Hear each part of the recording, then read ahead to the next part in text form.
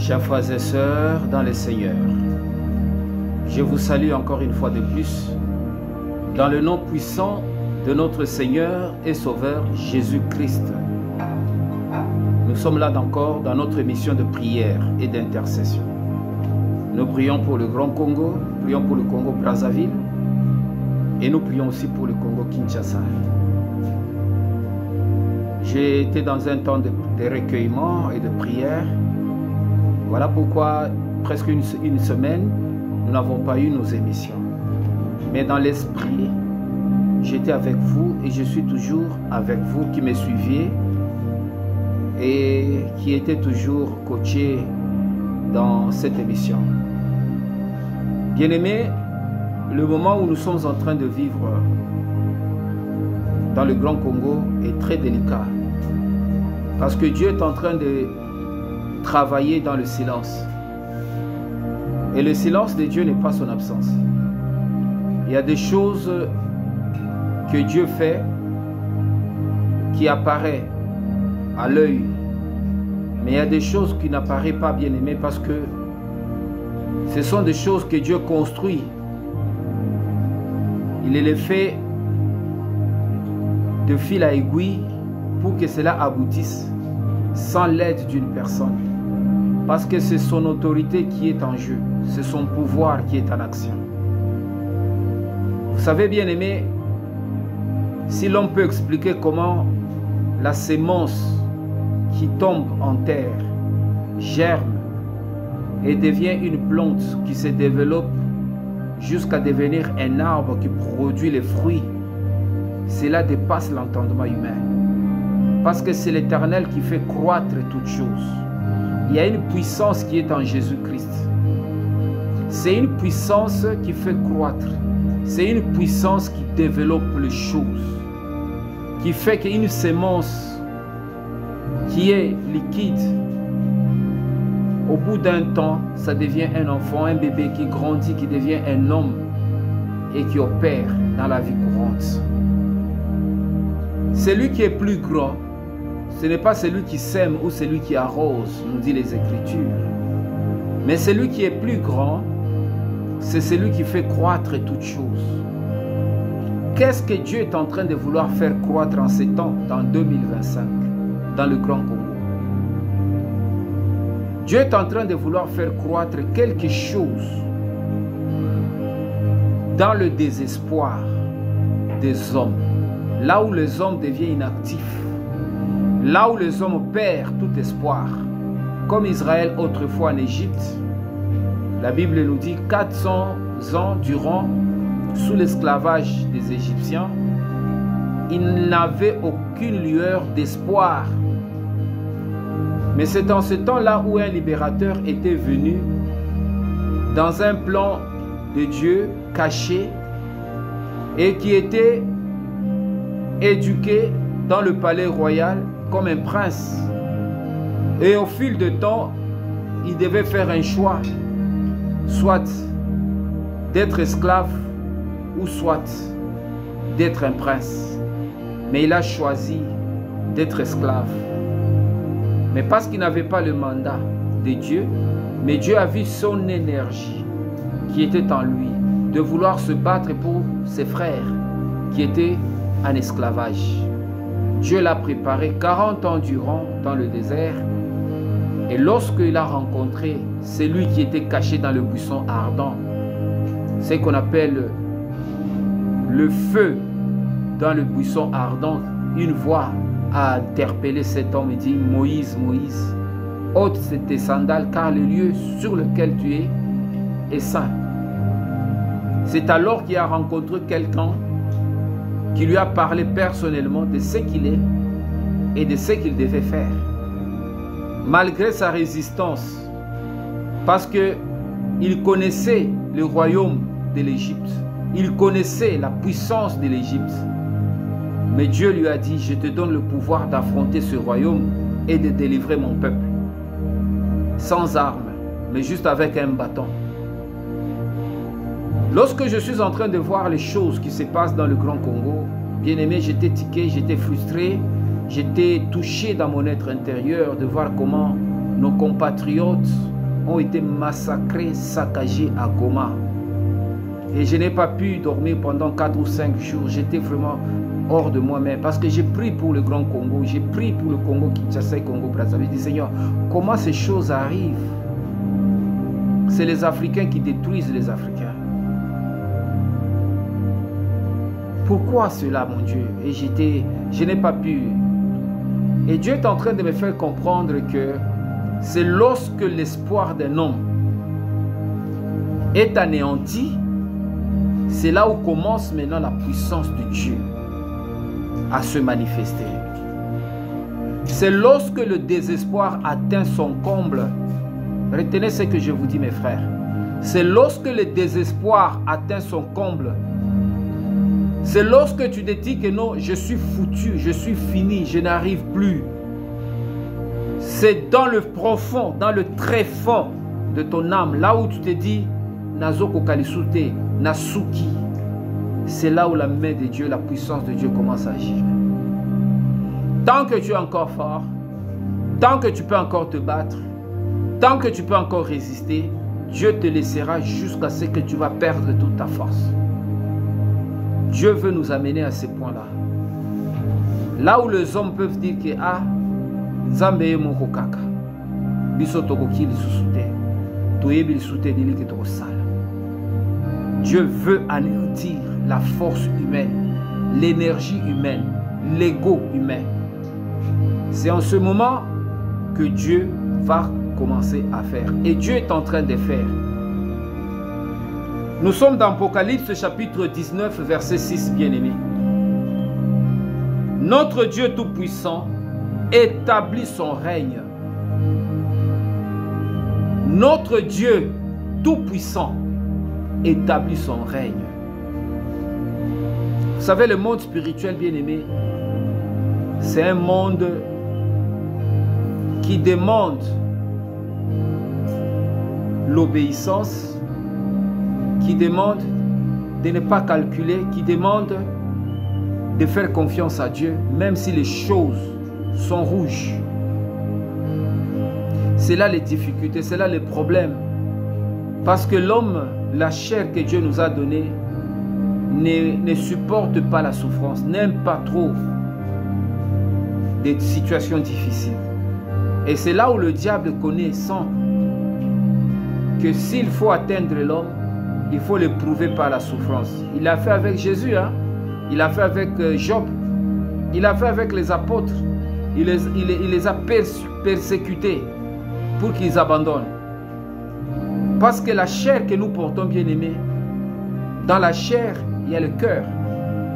Dans notre corps, il y a le cœur.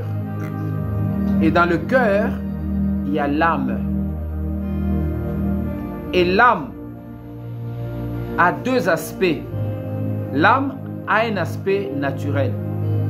Parce qu'il y a les motivations, les sensations, les émotions. L'âme a le désir du bien, vivre. L'âme désire ce qui est beau, ce qui frappe à l'oreille, ce qui touche son âme, la musique, une bonne musique, c'est tout ce qui est, les habits, les bonnes voitures, la bonne nourriture. L'âme aime le désir, aime beaucoup de choses. Mais il y a un aspect qui est dans l'âme, c'est le souffle divin. Lorsque Dieu insuffla dans le narine d'Adam, il souffla dans ce narine. La Bible dit que l'homme devint une âme vivante. C'est-à-dire le souffle de Dieu qui est dans l'âme amène l'homme à aimer Dieu, à invoquer Dieu, à adorer Dieu, à prier Dieu. C'est cette dimension de l'âme. L'âme a deux dimensions. Voilà pourquoi, même si nous prions, même si nous cherchons, nous gênons, il y a toujours une partie de nous qui nous pousse à aller travailler, à gagner de l'argent, à vivre une vie normale, à chercher à avoir une bonne voiture, une belle maison, tout ça. Ça fait partie de l'âme. Mais il y a une dimension de l'âme qui nous pousse à servir Dieu, à chercher Dieu, à invoquer Dieu. Vous comprenez, bien-aimés? Mais qu'est-ce que Dieu nous demande Dieu aimé nous demande de l'amour parfait. Et cet amour parfait, c'est de placer Dieu au-dessus de tout. Tu aimeras l'Éternel, ton Dieu, de tout ton cœur, de toute ton âme et de toute ta force. Et tu ajoutes à cela, tu aimeras aussi ton prochain comme toi-même. Jésus nous dit, c'est la loi et les prophètes. C'est que la Bible, elle est symbolisée ou elle est caractérisée par l'amour. Nous avons parlé sur les serviteurs. Louez l'Éternel, vous ses serviteurs, vous qui les craignez, petits et grands. Et nous avons développé qui est serviteur de Dieu. Nous avons compris qu'un serviteur de Dieu, c'est celui qui a l'amour de Dieu. Un serviteur de Dieu, c'est celui qui garde la parole de Dieu. Un serviteur de Dieu, c'est celui qui a un témoignage de Dieu. C'est celui que Dieu témoigne. Dieu a témoigné Jésus. Dieu a témoigné Job. Dieu a témoigné David. Voici l'homme selon mon cœur. Lorsque Dieu parlait à Jésus, il a dit, voici mon fils en qui j'ai mis toute mon affection. Écoutez-le. C'est une voix qui s'est fait entendre dans le ciel. Lorsque Dieu a témoigné Moïse, il a dit, Moïse c'est mon serviteur. Il n'y a aucun serviteur à qui je parle bouche à bouche comme Moïse. Qu'est-ce que Dieu nous témoigne? C'est ça ce témoignage. Dieu témoigne toujours ses serviteurs. Bien-aimé, ce qui est comme une dimension à témoignage, il arrivera toujours, Dieu te témoignera. Il a dit, je vais vous témoigner devant mon Père. C'est lui qui m'honore, je vais l'honorer aussi devant mon Père. C'est un témoignage. Nzambe azako sala. Mais Nzambe akosala lolenge biso tolingite. C'est là où j'étais en train de me battre. Je dis, Seigneur, tout ce temps que je passe, j'ai fait presque 5 jours, tout moi et toute ma famille, nous étions dans la prière. Nous avons jeûné. Mais c'est là où j'ai compris que ce n'est pas le jeûne ou nos prières qui peuvent changer ou qui peut amener Dieu à faire les choses comme nous. Parce que le plan de Dieu, c'est ce que Dieu établit dans sa souveraineté. Et là, Nzambe a établi na kibonzambe na ye. Et à différent, na eloko yo lingi Nzambe asala par rapport à la volonté na yo. Parce que prière et sa expression, nous exprimons ce que nous voulons. Mais dans nos prières, il y a des gens qui ont exprimé leur volonté. La première personne qui a crié devant Dieu, c'est Caïn. Plutôt, c'est Abel. Pas Caïn, Abel. Lorsque Caïn a tué son frère. Le sang d'Abel a crié devant Dieu. C'était une prière. Et quel est le thème de la prière? C'était la vengeance. Mais Dieu n'a pas vengé Abel. Parce qu'il y avait quelqu'un d'autre, un autre juste, qui devait crier après Abel. C'est Jésus à la croix. Il a crié aussi, Père, pardonne-les, car ils ne savent pas ce qu'ils font. Dieu a accepté la prière de Jésus.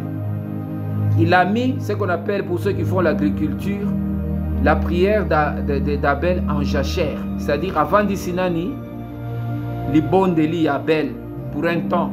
Vous dites que bon, Abel, je t'ai écouté, assieds-toi d'abord. Mais pas pour le moment. Ma vengeance ne va pas s'accomplir. Toti que la nanu bato le temps, il y a qu'à se repentir. Mais ce que je vous dis maintenant, bien-aimés, écoutez-le. Le temps de la grâce est en train de terminer. Nous rentrons dans le temps de la vengeance. Pourquoi nous rentrons dans le temps de la vengeance? Parce que c'est Dieu lui-même qui a dit, à moi la vengeance et à moi la rétribution. La vengeance, ce n'est pas à nous. Si tu veux te venger, tu vas mal te venger. Laisse Dieu se venger. Et quand Dieu veut se venger sur nous, le peuple congolais, du mal, du mépris, de toutes sortes de bavures que nous avons connues, Dieu se venge bien.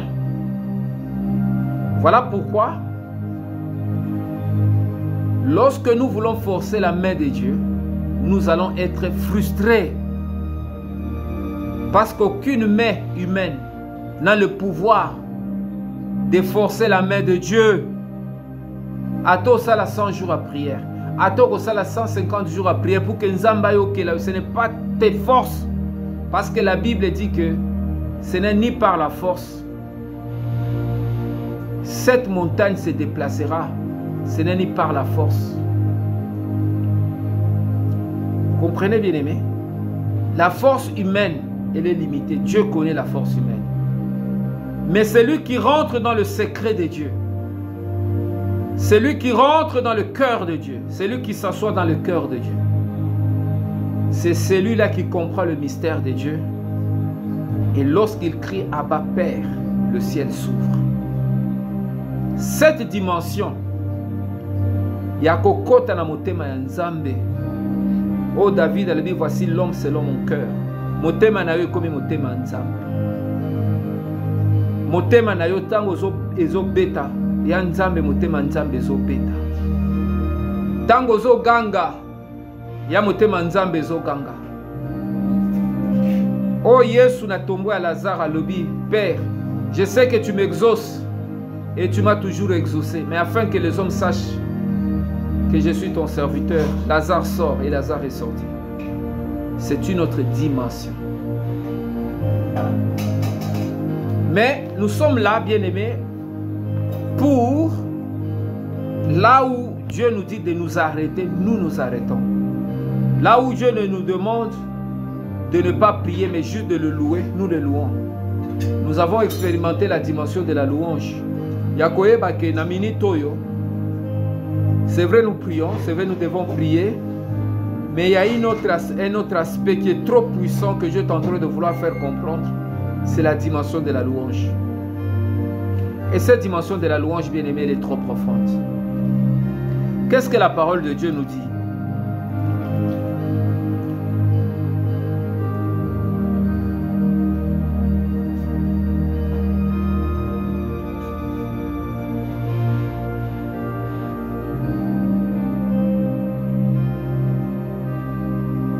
Qu'est-ce que la parole de Dieu nous dit, bien-aimés? Dans Apocalypse chapitre 19, verset 6, la Bible nous dit ceci. Et j'entendis comme une voix d'une foule immense, au bruit de grands eaux et au grondement violent du tonnerre. Elle disait, Alléluia, loué soit Dieu, car le Seigneur, notre Dieu Tout-Puissant, est entré dans son règne. Je répète, bien-aimés, écoutez bien la parole de Dieu. Et j'entendis comme une voix d'une foule immense, au bruit de grands eaux, immense, au bruit de grands eaux, et au grondement violent du tonnerre. Elle disait, Alléluia, loué soit Dieu, car le Seigneur, notre Dieu Tout-Puissant, est entré dans son règne. Alléluia, car le Seigneur, notre Dieu Tout-Puissant, est entré dans son règne. C'est que notre Dieu Tout-Puissant n'était pas rentré dans son règne. S'il n'était pas rentré dans son règne, c'est qu'il y avait un règne qui s'exerçait. C'était quel règne qui s'exerçait? Bien-aimés, le principe de la royauté et de règne, c'est un principe fondamental. Jésus a dit ceci avant sa mort. Cette heure est pour le pouvoir de ténèbres ou la puissance de ténèbres. En d'autres termes, il disait, cette heure est pour le règne de ténèbres. Sur la lecture, le temps qui a marqué Jésus d'aller à sur le mont de Gethsémani, tout ce qu'il faisait passer jusqu'à ce qu'il s'est présenté dans le Sanhédrin, devant Caïphe, devant Anne, devant tous les sacrificateurs jusqu'à Pilate et jusqu'à être condamné, c'était un règne de ténèbres. Il y a un temps où le ténèbre doit régner dans notre vie, dans notre société, dans notre famille, dans notre nation. Si tu n'as pas l'œil pour voir, si tu n'as pas la compréhension pour comprendre, si tu n'as pas, c'est-à-dire le discernement de discerner quel est le temps, tu peux penser à faire certaines choses dans un temps qui n'est pas donné, dans un temps qui n'est pas approprié. Comment il faut se comporter dans un temps de ténèbres? Comment il faut se comporter dans un temps où le Seigneur rentre maintenant dans son règne? Le temps de ténèbres ou le temps où Jésus n'était pas dans son règne, c'était le temps des nations. Qu'est-ce qui se passe maintenant dans le Grand Congo? Il y a un changement qui va s'opérer. Et ce changement-là, bien-aimé, ça va se passer d'une manière où le Seigneur lui-même va commencer maintenant à prendre plus place. C'est le règne de Christ. Voilà pourquoi Dieu nous demande en ce moment, ce que moi je ressens, de ne pas trop chercher à se battre. De ne pas trop chercher à faire trop d'efforts. Parce que quand le règne de Dieu commence à se manifester, bien-aimé, Dieu a tout le pouvoir. Et Jésus l'avait dit. Lorsque Pierre a pris une épée, il a tranché l'oreille d'un serviteur. Il voulait défendre Jésus. Qu'est-ce que Jésus a dit? Ne sais-tu pas qu'à l'instant même, je peux invoquer mon Père? Il peut m'envoyer une légion d'anges. Vous comprenez? C'est que personne ne peut défendre Dieu que lui-même. Quand il rentre dans son règne, en ce moment, il nous a laissé la prière de notre Père. Pour ceux qui se rappellent, qu'est-ce que Jésus a dit dans la prière de notre Père? Que ton règne vienne sur la terre comme au ciel. Nous prions toujours cette prière sans comprendre comment ce règne-là peut venir. Ça devient comme une récitation que nous récitons. Que ton règne vienne, que ta volonté soit faite. Donne-nous, pardonne-nous, c'est bien. Mais maintenant la Bible nous spécifie un peu plus en disant ceci. Et j'entendis comme une voix d'une foule immense, au bruit de grands eaux et au grondement violent du tonnerre. Elle disait, cette voix disait quoi, bien-aimé? Alléluia, louange. Loué soit Dieu, car le Seigneur, notre Dieu Tout-Puissant, est entré, pas il va entrer, est entré dans son règne. C'est que désormais, bien-aimé, Christ est entré dans son règne.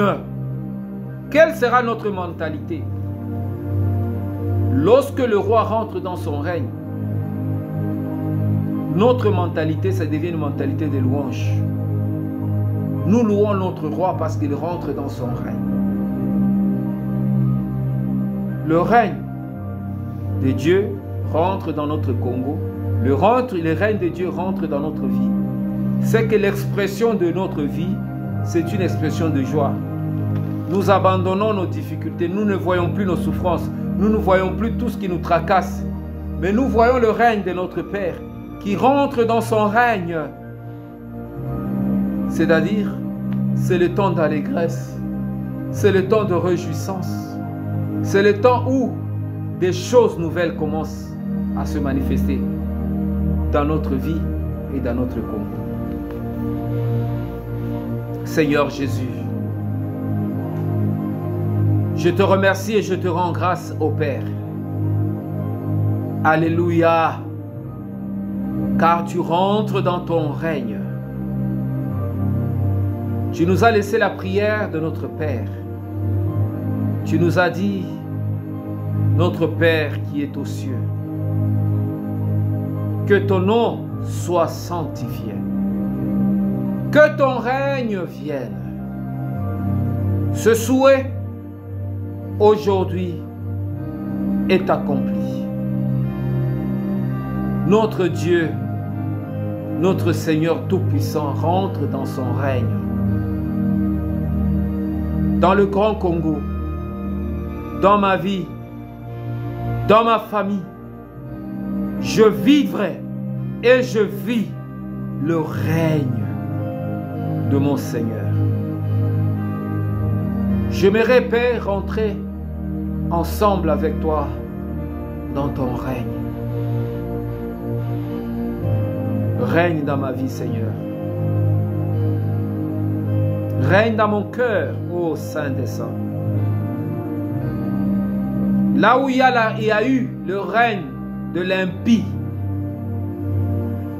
là où il y a eu le règne du malin, là où il y a eu le règne de la franc-maçonnerie, de la rose-croix, de toutes sortes d'obédience dans notre vie, dans le Grand Congo. Le Seigneur maintenant rentre dans son règne. Règne sur le Grand Congo. Que tout genou, que toute langue confesse ton nom maintenant, ô Éternel.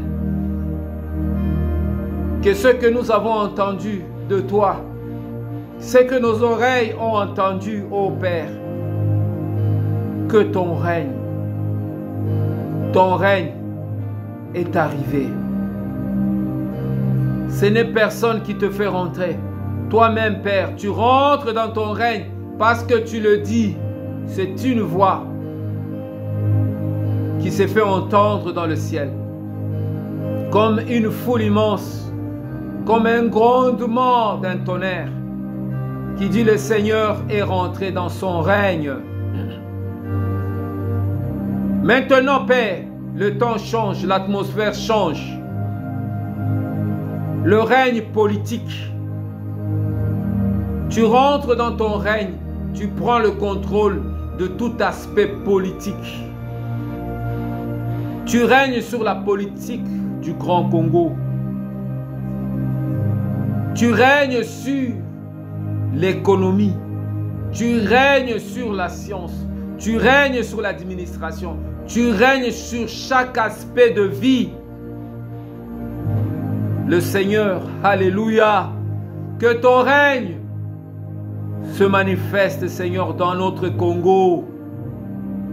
Maintenant, tout règne qui a manifesté son pouvoir, sa manifestation, jusqu'à ce jour, disparaît.